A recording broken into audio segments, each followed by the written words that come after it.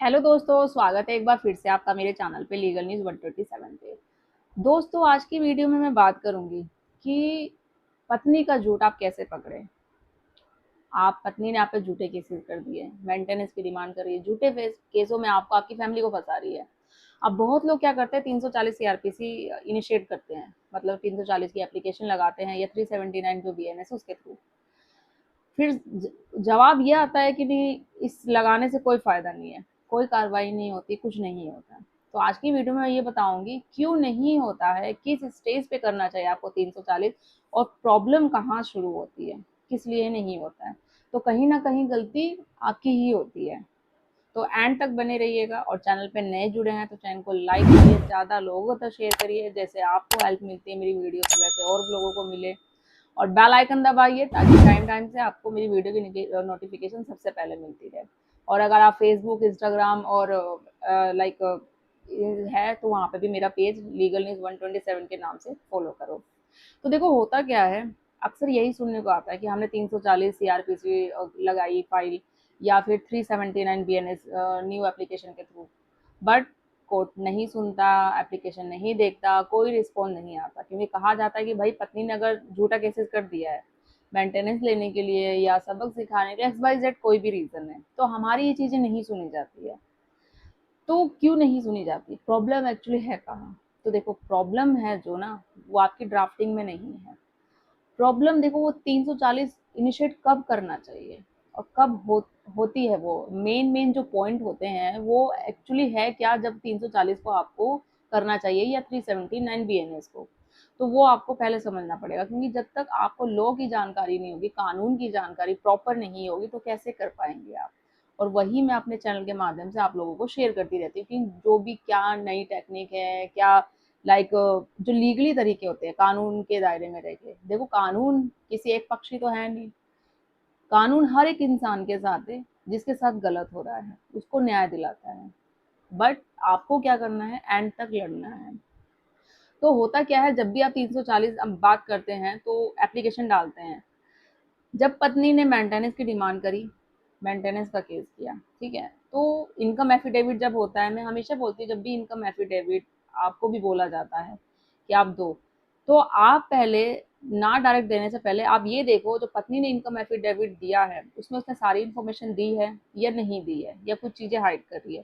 क्योंकि मोस्टली क्या होता है, हर उसकी इनकम एफिडेविट में एन ए होता है, नॉट एप्लीकेबल। लाइक डॉक्यूमेंट नहीं दे रही है, बैंक की डिटेल नहीं दे रही है, नए। तो आप ये अपनी बात रख सकते हो कि जब तक सामने वाली पार्टी का मतलब आपकी वाइफ अच्छे से इनकम एफिडेविट प्रॉपर नहीं देती है कि ये डॉक्यूमेंट मिसिंग है, या वो ये झूठ बोल रही है, वो वर्किंग है, या अपनी क्वालिफिकेशन छुपा रही है, जो भी रीज़न है, तो मैं जब तक नहीं दूंगा। आप खुद भी बोल सकते हो या अपने वकील के थ्रू भी ये बातें कहला सकते हो।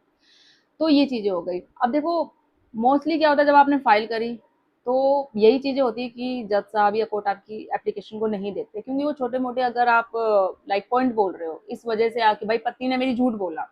अब वो क्या झूठ बोला, क्या सबूत है आपके पास, वो साबित भी तो करोगे ना। तो मेन जो क्या पॉइंट होते हैं 340 सीआरपीसी के लिए जब कंसीडर किए जाते हैं, जब आपको इनिशिएट करना चाहिए, जैसे कि फॉर एग्जाम्पल आपकी पत्नी वर्किंग है, ठीक है, वो जॉब कर रही है, बट वो कोर्ट में क्या बोल रही है जब उसने इनकम एफिडेविट फाइल किया है जो भी है, कि वो जॉब तो कर ही नहीं रही है, ठीक है, या वो अपनी सैलरी छुपा रही है। तो ये चीज़ें आप कैसे बाहर हाइड कर सकते हो, आपको सबूत भी तो देना पड़ेगा, साबित करना पड़ेगा। तो उसके लिए आप ये कर सकते हो कि 91 की एप्लीकेशन डाल के, ठीक है, आप डिमांड कोर्ट से रिक्वेस्ट कर सकते हो कि जो ये भाई आपको ये कंफर्म है कि भाई वो ये यहाँ जॉब कर रही है, उसकी कंपनी का नाम क्या है, ठीक है, हाँ, और उसकी सालाना जो भी है या महीने की इनकम इतनी आती है। 91 की आपने एप्लीकेशन डाली तो कोर्ट ऑर्डर दे देगा कि आपने ये सबूत ला के दे दिया कि भाई ये इसकी कंपनी का नाम है, तो कोर्ट ऑर्डर दे देगा कि उसकी सैलरी वो छुपा रही है। मोस्टली क्या होता है, जब भी फिर वो भी एग्री और डिसएग्री कर देगी, तो वही चीज़ होती है, वो पत्नी मना कर देती है, बस क्रॉस वगैरह होता है, सारी चीज़ें होती है, तो जाके फिर पत्नी होती है वो महिला एक्सेप्ट कर भी लेती है कि हाँ मैं जॉब कर रही हूँ, मैं सैलरी छुपा रही हूँ। तो जब आप 340 कर रहे हैं ना, तो वही है कि भाई झूठ तो बोला, उसका झूठ पकड़ा गया, आपने सारी चीज़ें कर दी। या बहुत केसों में होता है जैसे कि सैलरी छुपाई या जॉब करना छुपा रही है, क्वालिफिकेशन भी बहुत लोग छुपाते हैं। एक केस ऐसे ही था कि हमारा भी पत्नी बोल रही है कि लाइक एडिशनल उसकी क्वालिफिकेशन थी, तो वो बोलती है नहीं मेरी ऐसी कोई क्वालिफिकेशन नहीं है। तो जब आगे हमने सर्च किया, डॉक्यूमेंट्स वगैरह प्रेजेंट किया, ये आपकी डिग्री है, ये सारी है, ये इस कॉलेज से, इस यूनिवर्सिटी से आपने किया है, फिर भी वो उस बाकायदा उसकी फ़ोटो, सिग्नेचर सब कुछ थे, फिर भी वो एक्सेप्ट नहीं करती है कि नहीं ये तो मेरे है ही नहीं। आगे जब कोर्ट से बोला गया, कोर्ट ने देखा, सारी चीज़ें दी, तो वो कोर्ट ने अपने जो भी है अपने फेवर से या अपने अंडर से सारी इन्फॉर्मेशन मंगवाई, सारी चीज़ें देखी। तो जब कोर्ट ने पूछा उस महिला से, तो वो उसको एग्री करना पड़ा, तो क्यों झूठ बोला गया। ठीक है। तो इस कंडीशन में जब आप 304 जी लगाते हैं तो कोर्ट एक्सेप्ट करेगा ही करेगा, इनिशिएशन लेगा भी लेगा, क्योंकि ये मेन मेन सारी चीजें पॉइंट होती है, जॉब छुपाना, सैलरी छुपाना, क्वालिफिकेशन छुपाना, तो ये सारी चीजें। और जब सबूत के साथ आप कोर्ट में पेश करते हो तो आपकी एप्लीकेशन एक्सेप्ट होगी, वरना बिना सबूत वैसे ही बोल रहे हो कि नहीं भाई पत्नी ने तो ये झूठ बोला है।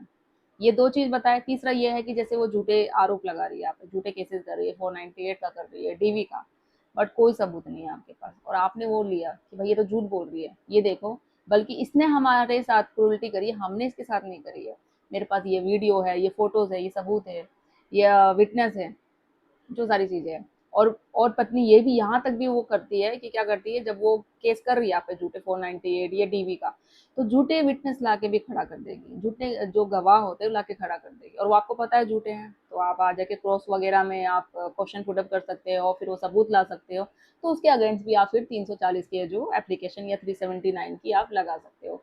तो ये सारे जो मेन पॉइंट होते हैं ना, जिस वजह से आप 340 या 379 आप एप्लीकेशन कर सकते हो, और जिस रीज़न से कोर्ट एक्सेप्ट करेगा ही करेगा, आपकी एप्लीकेशन डिसमिस नहीं होगी, क्योंकि विद सबूत आप कोर्ट में प्रेजेंट कर रहे हो, और पत्नी का झूठ 100% श्योर कि वो पकड़ा ही जाएगा, कि वो झूठ बोल रही है सारी चीज़ें, और किस लिए कर रही है, मेंटेनेंस पाने के लिए या आपको सबक सिखाने के लिए, आपसे बदला लेने के लिए, ये चीज़ें करने से उसको अच्छा लगता है।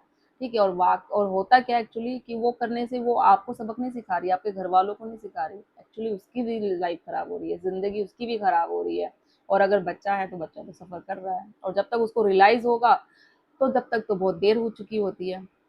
तो यही है कि उन देखो, ये जो झूठे केसेस करती है सब महिलाओं के लिए नहीं, मैं बना बोलती हूँ, जो करती है एक्चुअली, जो घर नहीं बसाना चाह रही है, कोई भी रीज़न है, या उनका अडल्ट्री में है, या मायके वाले सपोर्टेड होते हैं, फाइनेंशियली बहुत ज़्यादा स्ट्रॉन्ग होते हैं, तो उस रीज़न से, या फिर मैं क्यों ससुराल वालों की बात मानूँ, या मेरे घर वालों की ये लोग बात क्यों नहीं मानते, भाई पति क्यों नहीं मानता, सास ससुर क्यों नहीं मानता, मैं क्यों काम करूँ। तो बहुत रीज़न होते हैं, नहीं तो जिनको घर बसाना होता है वो सालों सालों से, उसके ससुराल वाले भी उस महिला के टॉर्चर करते हैं, पति भी करता है, फिर भी वो रिश्ता निभाती है, किस लिए, क्योंकि उनको पता है कि मायके में हम कब तक रह सकते हैं, मायके वाले कब तक सपोर्ट करेंगे, तो या मेरा बच्चा है उसका फ्यूचर क्या होगा, मैं अलग जाके रह लूंगी तो वही चीज़ है, क्योंकि जब शादी के बाद ना एक्चुअली महिला का है, जो लेडीज का घर, वो ससुराल ही होता है। आप मायके में जाओ, रिश्ता बनेगा, माँ बाप से रिश्ता कभी नहीं टूटेगा, भाई बहन से नहीं टूटेगा, बट वो सारी चीज़ें होती है ना, पहले वाली चीज़ें नहीं होती हैं। आपको घर वाले कहीं ना कहीं आने वाले टाइम में जो होते हैं ना, ताने मारना, आस पड़ोस वाले रिश्तेदार, भाई ये तो छोड़ कर आ गए, क्या रीज़न था, आप सोचोगे दूसरी शादी कर लेंगे, आपके घर वाले भी सोचेंगे। ये बात मैं दोनों के लिए बोल रही हूँ। तो क्या श्योर हो आप, जब पहली शादी सक्सेसफुल नहीं हुई तो दूसरी भी हो जाएगी? तो इसका जवाब आपको ही पता होगा।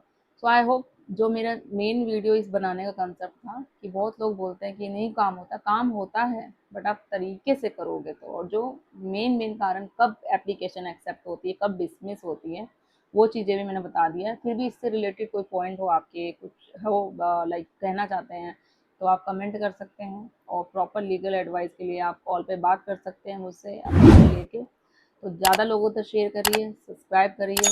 जल्दी मिलूंगी अपनी नेक्स्ट वीडियो में, तब तक के लिए थैंक यू।